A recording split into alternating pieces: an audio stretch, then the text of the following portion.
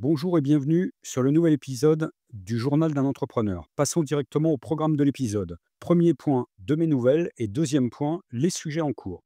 Alors concernant le premier point et mes nouvelles, il faut que je vous dise effectivement que j'ai été bien occupé par diverses activités sur le dernier trimestre de 2024 et c'est pour ça que je n'ai pas eu le temps de faire de podcast Journal d'un entrepreneur en vidéo parce que ça me prend quand même malgré tout pas mal de temps et j'ai décidé, comme vous pouvez le constater là, de basculer, de la vidéo à l'audio, de manière à ce que ce soit beaucoup plus rapide et plus facile à faire pour moi. Alors j'ai pas fait d'introduction, mais si vous me découvrez ou le podcast, vous pouvez écouter l'épisode 0 de présentation pour en savoir plus sur moi ou le podcast. Comme d'habitude, vous retrouverez les visuels, les liens et les ressources dans la lettre d'information où je vous mets un lien en description. Voilà, cette brève introduction est faite, nous allons maintenant pouvoir passer au point suivant. Alors, deuxième point, les sujets en cours. Alors, il y avait un sujet sur N8N, donc que j'avais commencé à aborder au travers de traductions de cours officiels.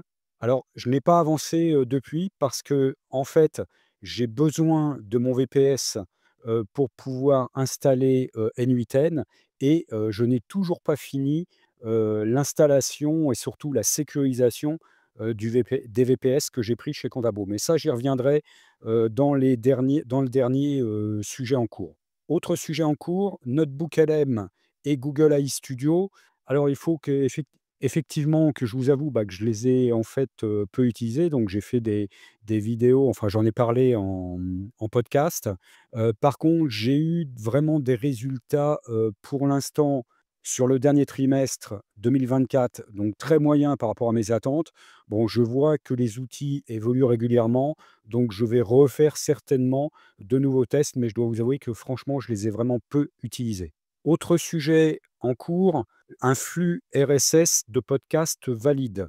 Alors, comme vous le savez, notamment pour ce podcast, j'avais une problématique de génération de flux RSS. J'étais à la recherche d'une solution et j'ai trouvé récemment un outil donc qui s'appelle Castopod, donc je vous mettrai le lien dans la lettre d'information, que j'ai découvert, grâce à un excellent podcast, bon qui date, alors le podcast a un petit peu d'antériorité, bon l'épisode, sur Castopod un peu moins, mais que j'ai découvert alors j'ai découvert le podcast grâce à son tout premier épisode, qui était sur, Dolibar, donc sur le projet Dolibar avec une interview de Laurent Détailleur et depuis je ne l'avais pas trop écouté parce qu'il n'y avait pas trop de sujets qui m'intéressaient et là, par hasard, je suis tombé donc sur cet épisode, concernant, Castopod et donc Castopod est vraiment un outil qui a l'air vraiment intéressant, pour publier du podcast et générer, des flux RSS, valides.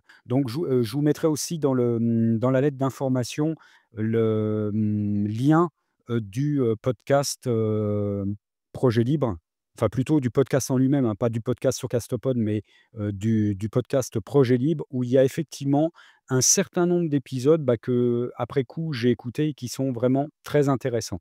Alors ce podcast est fait par, une personne donc qui s'appelle, Walid, Nou et en fait, à écouter donc tous les épisodes les plus récents, ça m'a remis un petit peu, sur le chemin du logiciel libre et c'est vrai que j'ai eu tendance un petit peu à dévier sur YouTube, LinkedIn et X, mais là vraiment ça m'a remis, entre guillemets, sur le droit chemin. Alors autre sujet en cours, donc je vous avais parlé dans les précédents podcasts, d'Auto-Editor, pour, faire de l'édition, automatique, de vidéos, donc notamment couper les blancs et de Shotcut qui est un outil de montage, vidéo. Franchement, là, je les utilise vraiment toujours et avec autant de satisfaction. Donc là, par contre, pour le coup, si vous voulez, ces 2 outils-là, Auto-Editor et Shotcut, donc je vous mettrai également les liens dans la lettre d'information, je les utilise vraiment très, très régulièrement. Bon, un autre sujet aussi qui est maintenant récurrent pour moi depuis un certain nombre d'années, c'est Dolibar. Donc Dolibar, bien évidemment, je continue à l'utiliser, déjà pour toutes mes structures, pour, faire du coaching et de l'accompagnement, à des clients. Quoi dire? Je n'ai pas fait de mise à jour majeure. Je me suis juste contenté pour l'instant, de faire les mises à jour mineures. C'est-à-dire que j'ai 2 versions en production sur les dernières versions, 18 et 19. Autre sujet, mon hébergement O2 Switch. Donc je l'avais évoqué dans un podcast, le fait de ne pas, le renouveler parce qu'il y avait, un certain nombre d'incidents depuis, de nombreux mois.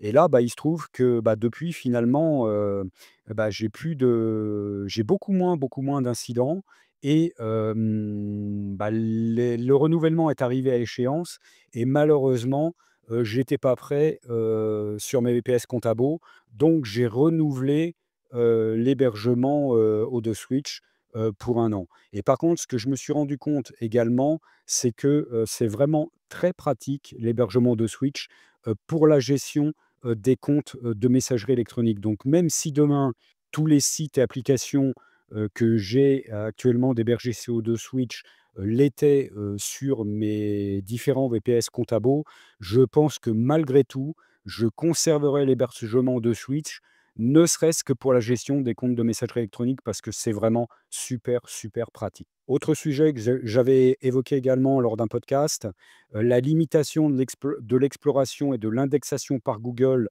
de mon site, www.incog.eu. Pour l'instant, je n'ai pas avancé sur le sujet.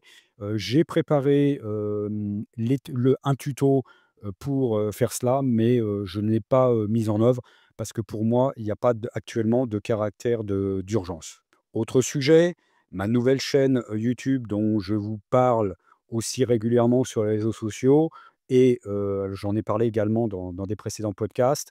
Alors cette nouvelle chaîne YouTube, elle est, régulièrement donc alimentée avec des vidéos courtes et des vidéos longues.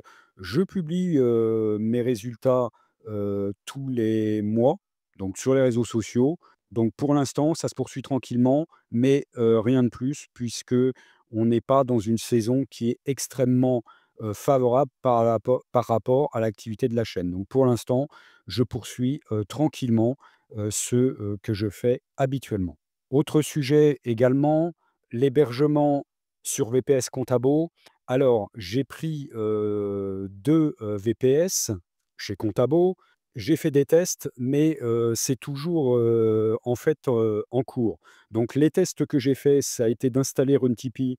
J'ai eu, aucun problème.